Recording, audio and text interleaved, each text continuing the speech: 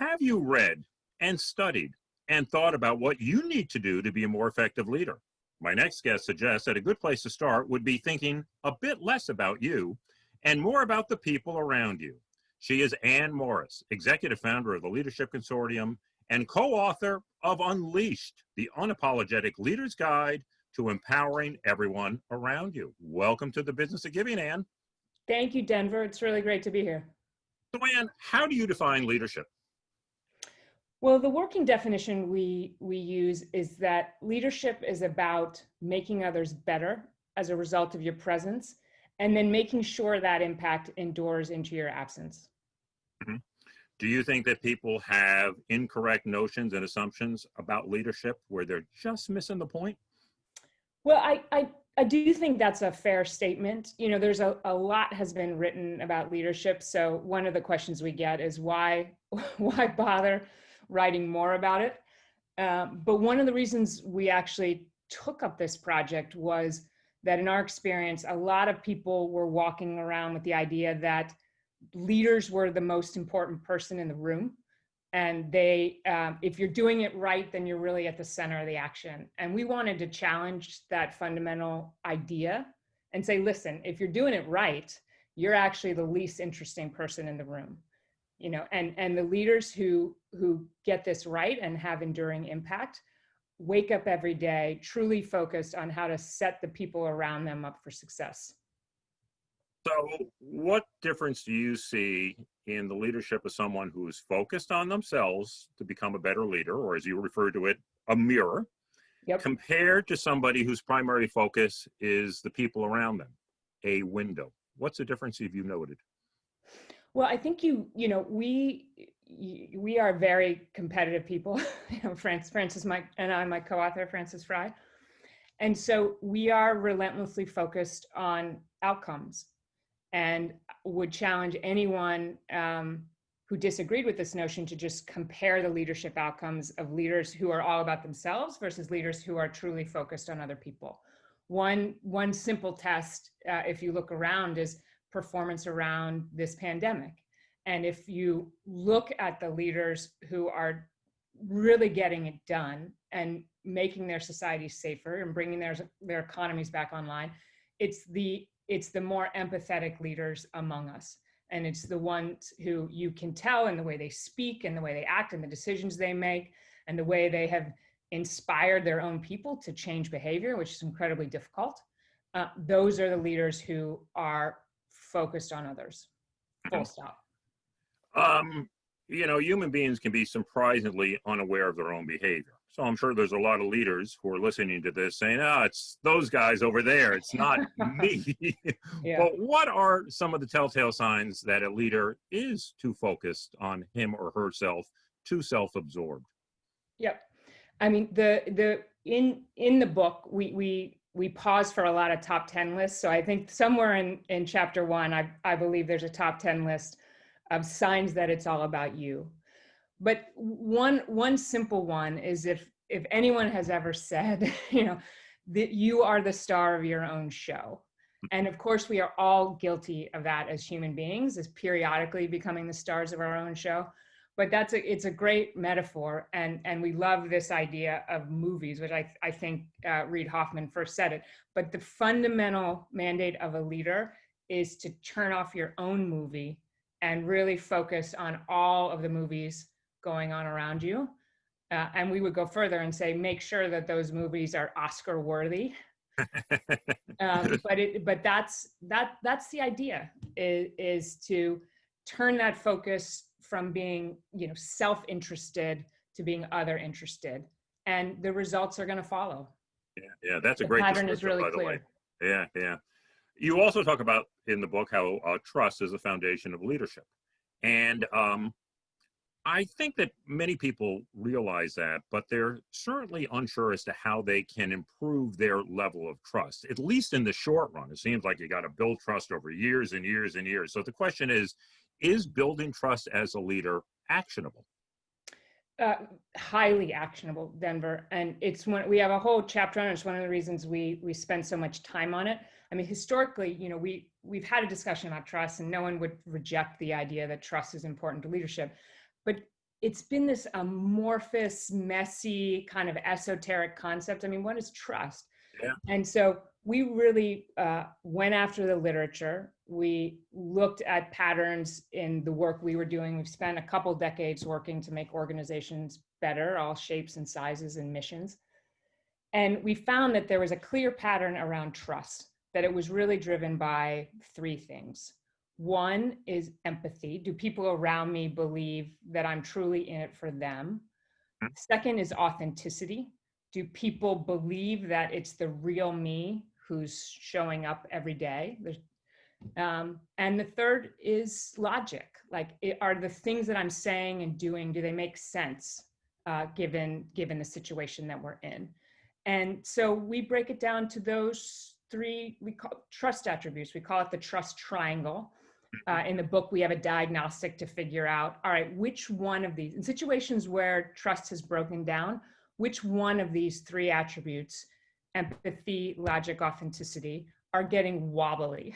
You know, we actually call it your wobble. Also to underscore the idea that these things are usually temporary. I mean, most of us are trusted most of the time. You're listening to this podcast. If you have the luxury of listening to this podcast, then chances are good that you're trusted most of the time. But we all also wobble on trust. And typically there is a very personal pattern for what your wobble is likely to be. So we help you figure that out and then talk about ways to address it. Well, let's talk about one of those. Let's say my trust quotient has been falling because I'm a little wobbly on the empathy front. What do you advise me to do in that case? Yeah, it's empathy wobble in our experience is the most common. It's very common among, action-oriented, achievement-oriented people who are also very analytic. So a lot of people probably listening to this podcast again may have an empathy wobble. It's really about making the choices that reveal your natural empathy. Because in most cases, people have it. They're just having trouble communicating it. And one of the biggest empathy killers that we're all walking around in our pocket are our phones. Oh, yeah. So this thing has destroyed more empathy in the American workplace than anything else. So our first piece of advice for empathy wobblers is to put your phone not only down, but away and out of sight, because these things are just so seductive. But the minute I pick up my phone, I'm communicating to you, Denver, and everyone else around, that I am more important than you, that my needs are more important than your needs. Yeah. And so that's a very simple one. Plus the fact, I already got it. I got your presentation in the first minute. I'm a little bit faster than everybody else, so I can actually do this because I, explain it to those people who are a little less gifted than I. And, you make a great point in the book, Frances, when she was working at Uber, the phone again came into play. But what was even more bizarre and alarming is that people were texting each other in the meeting itself, which is just unbelievable. I know. We were revealing our age and how outraged we were by that behavior. Apparently it's very common in Silicon Valley and among young companies with millennial workforces, but we could not believe it when we saw it. People not just texting in meetings, but texting each other in meetings about the meeting and about other people in the meeting. So that's another excellent reason to put down your phone. And just to have a policy, like, here's the norm, while we're here together, I promise you this meeting is going to be productive. We're going to keep it focused. We're going to keep it short. But while we're here, all technology should be off and away. That's even harder, of course, when we're all on Zoom. It takes a lot of discipline and a commitment of the whole group to operate that way. But I can tell you, it'll make those meetings go much faster, which is also one of the challenges for empathy wobblers. We hate meetings. Because we get it faster than everyone else, and then we just have to endure the rest of it. We call it the agony of the super smart, or ASS, just as a simple acronym to remember.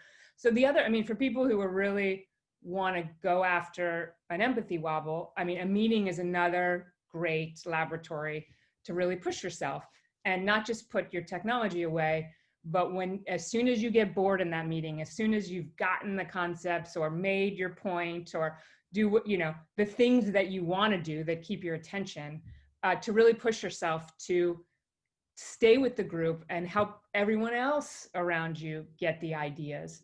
And, beautiful things happen. Not only do you reveal your empathy, but in many cases you can shorten that meeting. So hang in there and help the people around you. Yeah, well, I think the thing that's going to shorten the meeting the most is that if you can't get to your phone, you're just going to want to end it so you can get back to your phone. Right, exactly. Harness that addictive tendency. Yes, absolutely. So you can get back to your phone and get your fix. Yeah. That's right. You speak about the cost of inauthenticity at work when a person is not bringing their full self to the job in an effort to maybe fit in. How does that cost the individual, and how does it cost the organization? Yeah, we could have written a whole book on this one, and we may end up doing so. But the absence of authenticity comes at a huge cost, both to the individual and the organization. Denver, as you suggest, I think the cost of the organization is that I am not getting access to all of the talent and ideas and capabilities of the people who are showing up. I mean, if you look at the engagement data, even this was pre-pandemic, look at the engagement data, it's shocking. It's 30% maybe. 30% on a good day of your people are feeling engaged in the workplace, which means that you are missing out on a tremendous opportunity to tap into everything else they have to offer, and that they're getting stuck on bringing to work. So whatever you can do to enable authenticity, what we would call authenticity, and really facilitate people bringing their whole selves to work, can have a tremendous impact on productivity and all the metrics that you care about. I mean, we're not talking about feel good, nice to have soft stuff. We're talking about ways to really improve outcomes, whatever your mission is. And engagement is huge, and a huge barrier to engagement is authenticity. So, when you look at the challenge of authenticity, Frances and I disagree a little bit on this, but what she would argue is that about 50% is the responsibility of the organization, 50% the individual. I might give the individual a little more accountability for showing up fully, and that's incredibly difficult to do. And I'm an authenticity wobbler, so this one. Am really I getting the real you right now? You'll never know, Denver. Is she or isn't she? I think figuring out for you, the imposter syndrome falls into this category, where you're underestimating your own ability. The figuring out what for you is going to enable your own confidence and complete self to show up. And for some people, that means doing the work to make authenticity more viable for other people. So really doing this diversity and inclusion work. For other people, for me, I used to do a lot of presenting to venture capitalists in a previous life. I was a CEO of a startup in the healthcare space. And when I started that, there's a lot of showing up in for me, there was a lot of showing up in boardrooms where I was the only woman, the youngest person. I didn't have a biotech background, so I brought a lot of insecurity in that space. And when I started those presentations, maybe the first 50 I did, I had a huge authenticity wobble. I was hiding behind this mask of what I thought my audience wanted me to be, and I was pretending to be this other person, and was having a really hard time getting traction and building trust in that room. I mean, that's a room and a dynamic where you have to build trust, particularly early stage, where there are no absolutely. metrics. It's all about the connection with the people in the room, and the shared vision and trust and belief and commitment to a better future. So, I was struggling a lot in the beginning. And what I started to do was actually put pictures of my son into the presentation. It's my son, who has a rare genetic disease, was the inspiration for the company. So I just put a few images of him. In some cases, the investor didn't even know that was him, but it reminded me to show up. It reminded me of my humanity and dimensionality, and reminded me that, that other person I was pretending to be was not who these guys wanted. They want to know who I am. Yeah. And that's the conversation we needed to have. So those kinds of triggers that you create for yourself can also be very helpful. Yeah, that's really brilliant and stuff like that. It's pretty easy to be inauthentic with a whole group of people you have never met. But when you got a picture of your boy right there, you can't do Totally. it. Yeah, On the yeah, 100th floor in Midtown Manhattan, it's very easy to lose yeah, your authenticity. Yeah. right. And what's behind a logic wobble? Is that a lack of rigor, or is it something else often? You know, in most cases, the rigor's there, but we're just not revealing it. Mhm. So in situations like that with logic wobbles, we really push people to flip the way they communicate and really use a headline first approach where you give away the punchline right at the beginning and then, you know, layer your evidence underneath that punchline. We call it flipping the triangle. We like triangles. So Yeah. start with your point, then move on to the evidence. That has the nice advantage that if someone steals your ideas, you've already, in the meeting, you've already laid claim to them. So it has a lot of upside. Yeah, and it's also the only thing they're going to remember very often. Sometimes Yes. when you have all the caveats and you go into all the explanation in terms of how you analyze the problem, the time you get to the payoff and the answer, they're long gone. They don't even remember what it is. So when you start with that, then you can hedge in terms of, well, in certain areas, this may not be the case or whatever. You know, there are many, Absolutely. many paradoxical aspects of being a leader. You know, you want to be a tech savvy humanist, or you want to be a globally minded localist. You suggest that leaders set high standards for people, but they also have a deep devotion to their success. Talk about that and the power and the sweet spot of that combination. Yeah, no, thank you for that question, Denver. It's um, we labeled this idea love, which was intentionally provocative.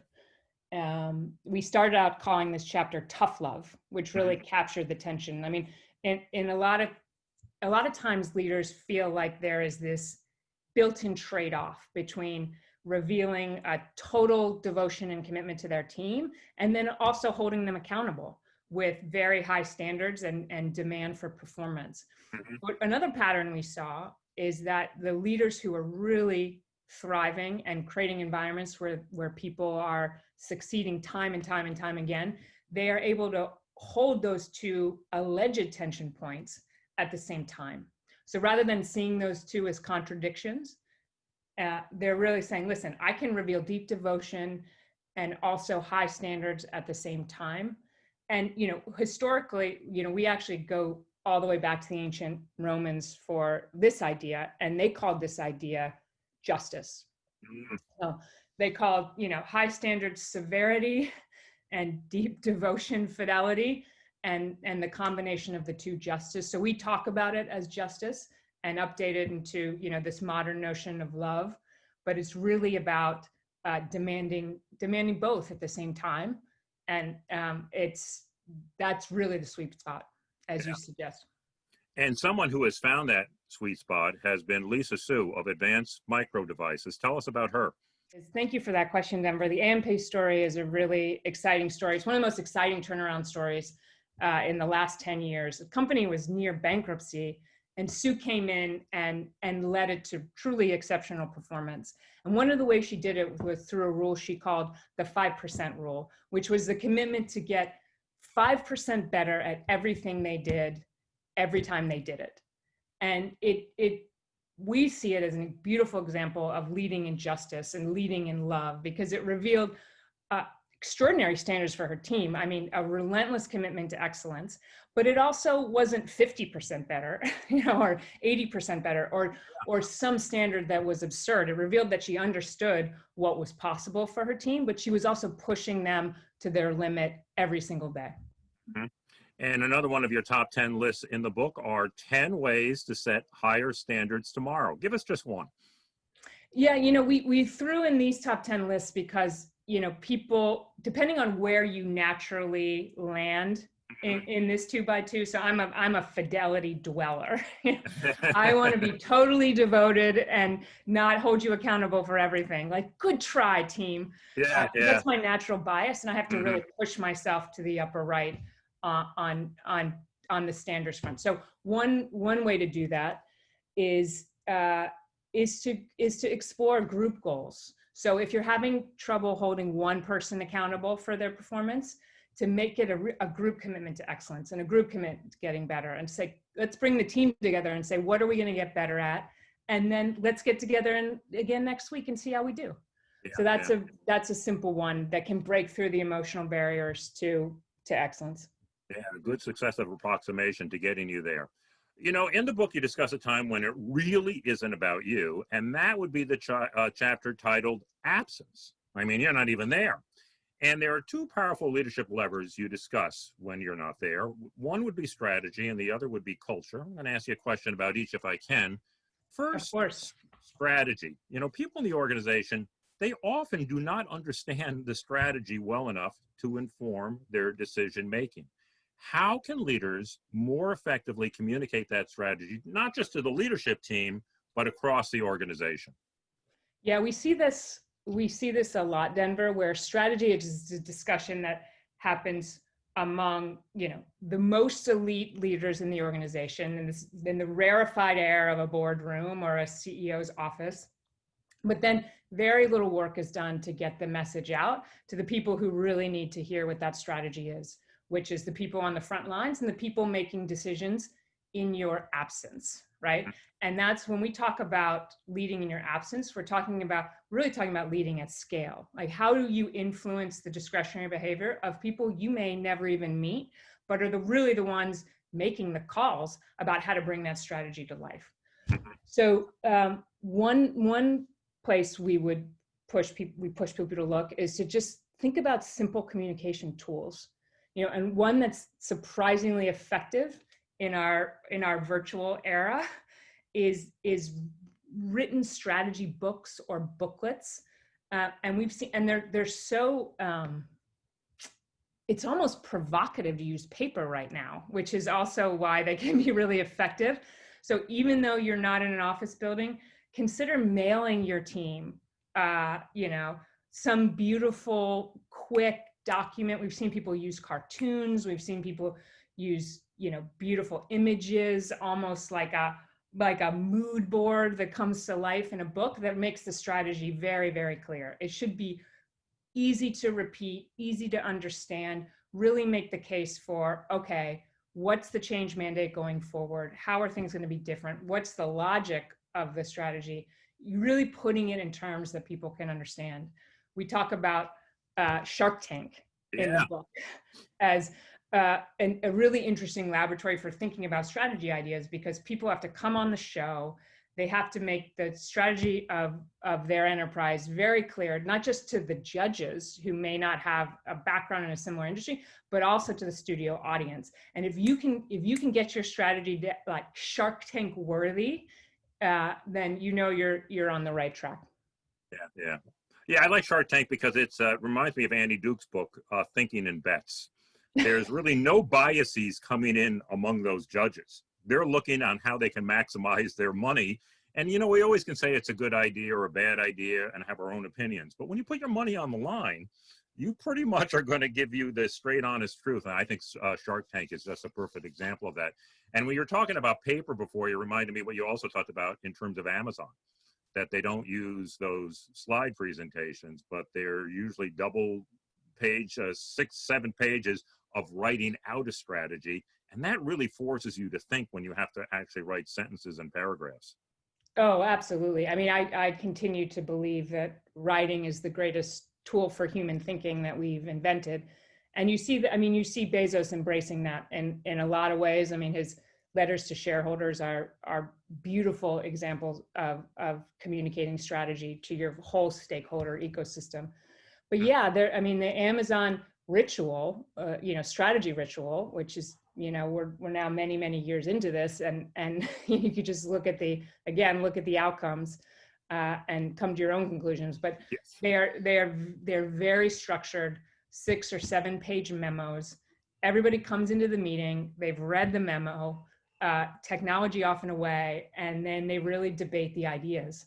And the person presenting has had to go through the discipline of laying out their ideas in this very structured, using this persuasive written model, and it really leads to great strategy decisions. Yeah. As we all can tell. Yeah, I've done a lot of slide presentations in my life, and I know how you can cheat on those. You know what I mean? And just talk fast and move the slide. Can't do that. No, a lot of damage has been done. Yeah. I mean, we're big slide users, but it does. There's a lot of room, and you can get away with a lot that you can't in a paragraph.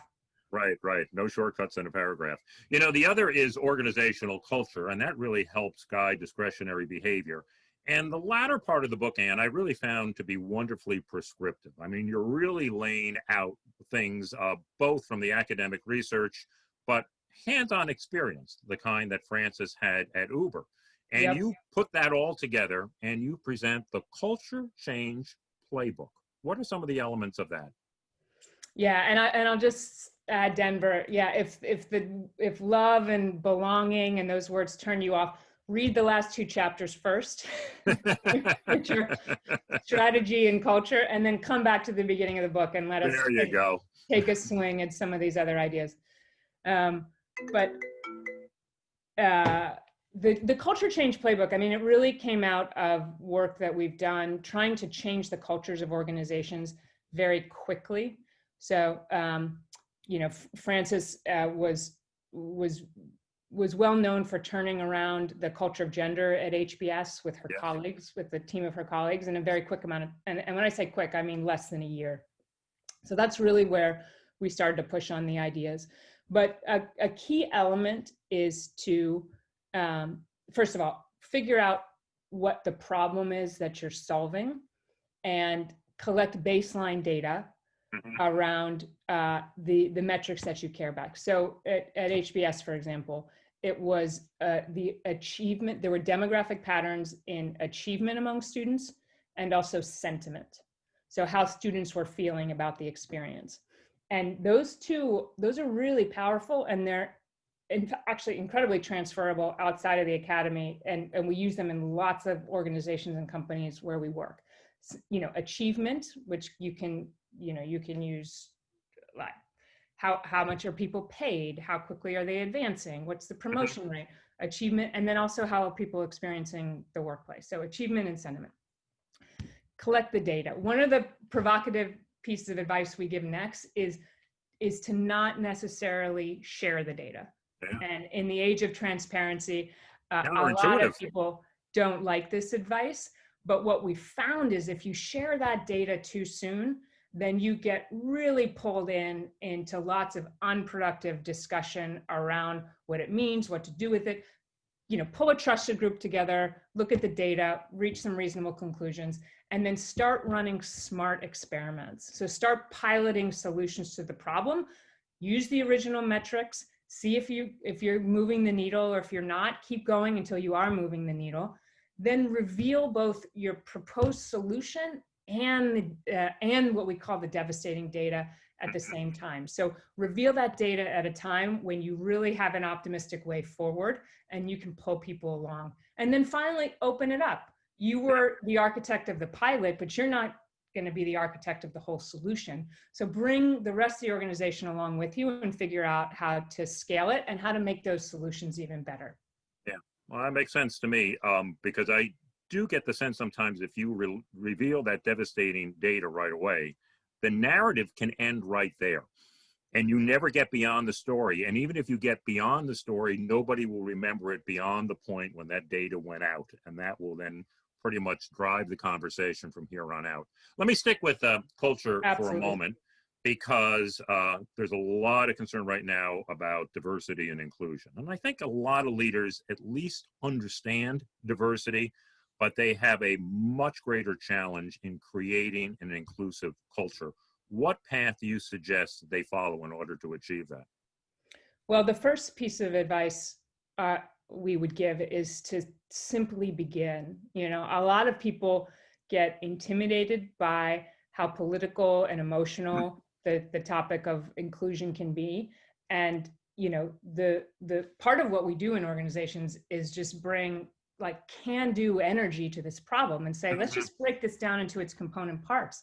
I mean, what we'll say to leaders all the time is, listen, you have solved extraordinary challenges in your career. I mean, this is a conversation we had in Silicon Valley all the time. You know, you're disrupting entire industries. You're sending people to the moon.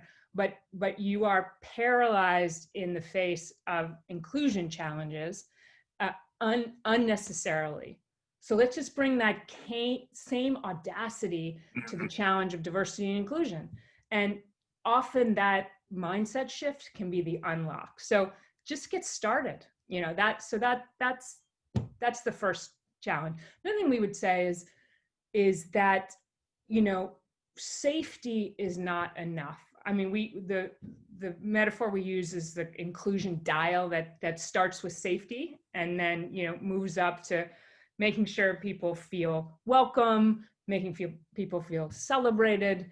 And you really have to move through those phases, and you can't, until you make sure that every single person feels safe in the workplace, until you deal with issues of harassment. Now it's issues of public health. Until you solve those challenges, then you can't really move on to the challenge of making sure that they're bringing their whole, you know, psychic selves to work, because you got to make sure that they're safe first. So move through it systematically, and but keep the end point in mind, which is that you're not just welcoming people in spite of who they are. You know, it's not just about getting to the point of parity. It's really about tapping into their unique perspective and strengths. And so not just welcoming people in spite of who they are, but really celebrating them because of who they are. And that's when companies really start to see the competitive advantage that comes with true inclusion, where you're not just getting a diverse bunch of people in the room, but you're really tapping in to the special sauce that can happen when people really bring their unique perspectives to the table. Yeah, I like that a lot. Tell me if I'm wrong about this, but, you know, I look at a lot of these challenges that you lay out in the book, like changing culture and building trust. And historically, they've been described in a multi-year fashion. And it seems that both you and Francis are looking at these with, no, if you do this intentionally and you do it with the energy and the passion, you can see results much, much faster than have been discussed historically. Would that be a fair statement? Very fair statement. A controversial statement, but a very fair one that totally reflects our worldview. I mean, we would say it's not that meaningful change can happen quickly. It's that meaningful change can only happen quickly. Yeah. And that if you really want to turn something around and change something as kind of messy as culture in many ways that really affects both mindset and behavior, you have to get in there with full commitment, and you have to move fast. I mean, there's this element of kind of new sheriff in town energy that is actually required for culture change. And if you make it incremental over, you know, over years and years and years, there's just so many ways that the change process can be disrupted and hijacked by well-intentioned people trying to preserve the status quo, because there's a lot to protect in the status quo. But you got to, you know, our advice is to really move with a deep sense of urgency, both moral urgency and competitive urgency. I mean, you know, again, we're here to unlock better performance in organizations. You know, inclusion work happens to line up with our value system. But really where we started is from the standpoint of, okay, how do we make organizations better, and how do we do this quickly? And inclusion is a huge unlock for value. And that's one of the reasons we spend so much time on it. Yeah, that makes sense. Because, you know, if you're trying to change a toxic culture, you have some pretty cynical people there already who are saying, here we go again. And if they don't see results fairly quickly, they're going to start rolling their eyes. And it's going to be another, you know, launch going nowhere, and that will not work. You are the executive co-founder of the Leadership Consortium. Now, there are a good number of leadership institutes out there, Anne. What sets this one apart from the others? Thank you for that question, Denver. We're really trying to set women and people of color up for success as senior leaders in an organization.